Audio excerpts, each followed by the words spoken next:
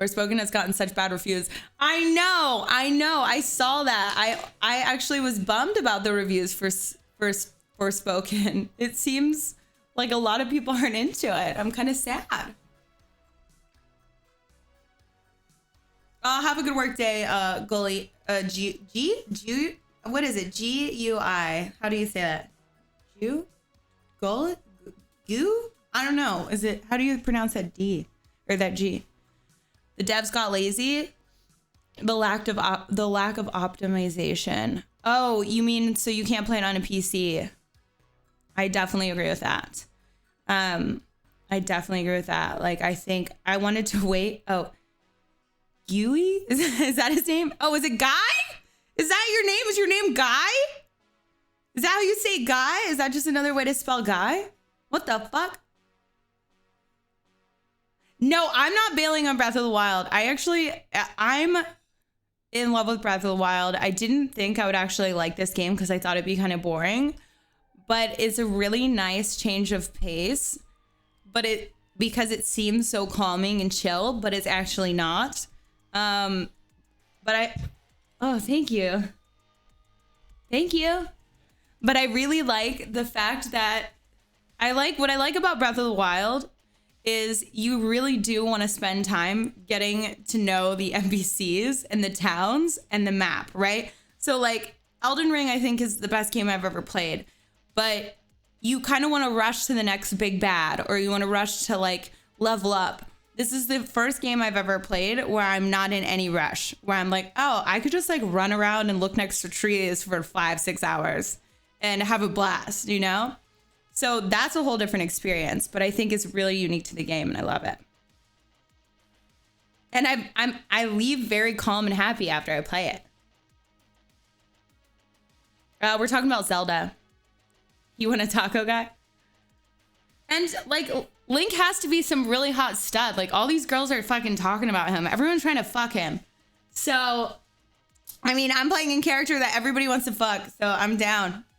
I'm down with his pointy ears and his blonde hair. Oh, it's Guillermo. Wait, Guillermo? You're French? Okay, so it's Guillermo. It's not a guy. Guillermo? Is that how you say it? Dude, I've spent days just wandering around Breath of the Wild looking for secrets. That's what I like. And also I just really love the townspeople. Like the fact that they're just like fucking with you really cracks me up. Like the best way I could say it is like it's a hoot of a game, you know? You miss me blonde? My roots don't miss me blonde. My roots hated me blonde.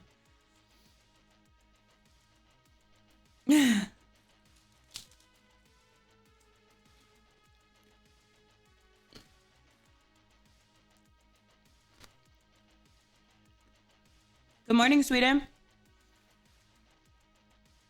A far cry from your regular life. I think that's also why Breath of the Wild is the first video game that I've ever played that I go to bed. Oh my God, I forgot to tell you. I just remembered. Yo, I forgot like last week, maybe it was like a couple days ago. I had a dream that I was just walking around in Breath of the Wild, and I remember my dream for hours just trying to solve this one fucking puzzle. And I gotta remember more of the detail of the dream because it's really funny, Prodigal. I was gonna tell you guys, and then I forgot. But this is one of the only video games I've ever gone to bed right after, so I know that it's calming and it's good for my brain, which I like. What's happening here? Here we go. I'm sweaty right now. I'm super sweaty.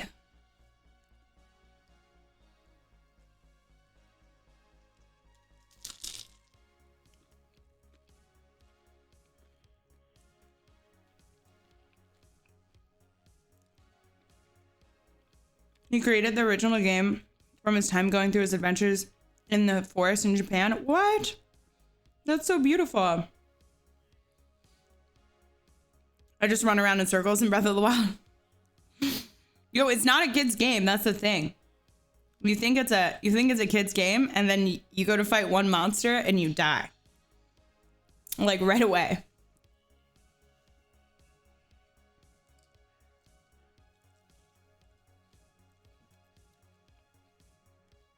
Oh, it's based on that. All right, guys. So, yeah, even the big red guy I had to fight yesterday. Like, who the fuck was this big red guy I was fighting for like 10 minutes? I definitely recommend getting a Nintendo Switch just for this game. To be honest, people are telling me they spend 200 plus hours in it. I would say that a game like this, and I'm not even a fraction of it through, but I think like something this exploratory and just like feels good for you is definitely worth $500 for a Nintendo Switch. I'm starting Elden Ring and I'm seeing these crazy monsters. Buckle up, baby. It's going to be a long ride for you.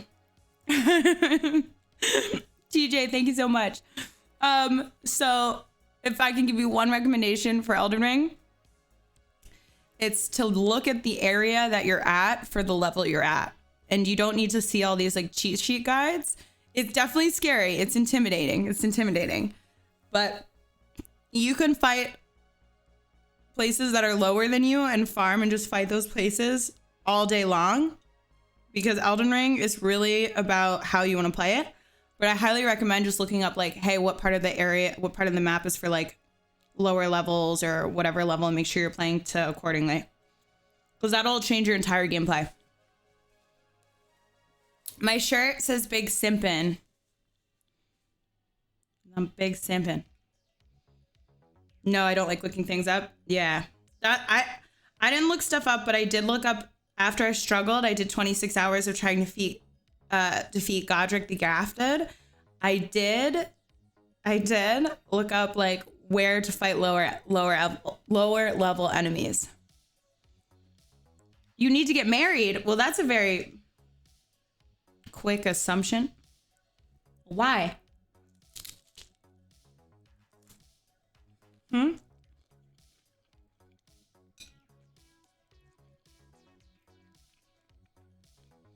Elden Ring is too huge not to look stuff up. I agree with that as well, but there are two different types of looking stuff up. There's looking up walkthroughs, right? Or there's just looking up like ING, like, and word stuff, right? I think it's okay to look at like word descriptions of stuff. Unless you're like fighting a boss for the first time. Like, I mean, Sekiro, Owl Daddy, we've watched YouTube videos on how to cheese him, and I still can't beat him. There are so many breakable things in that room to be playing Elden Ring. Oh my god. I know. I need to do another run of Elden Ring actually, because I'm still fighting bosses that I've never fought before. What's up, Mig Muggler? Mig Mugger. Sorry, can you repeat the recommendation on Switch just now? Oh, I was saying Zelda Breath of the Wild. I highly would recommend getting Breath of the Wild just for, or getting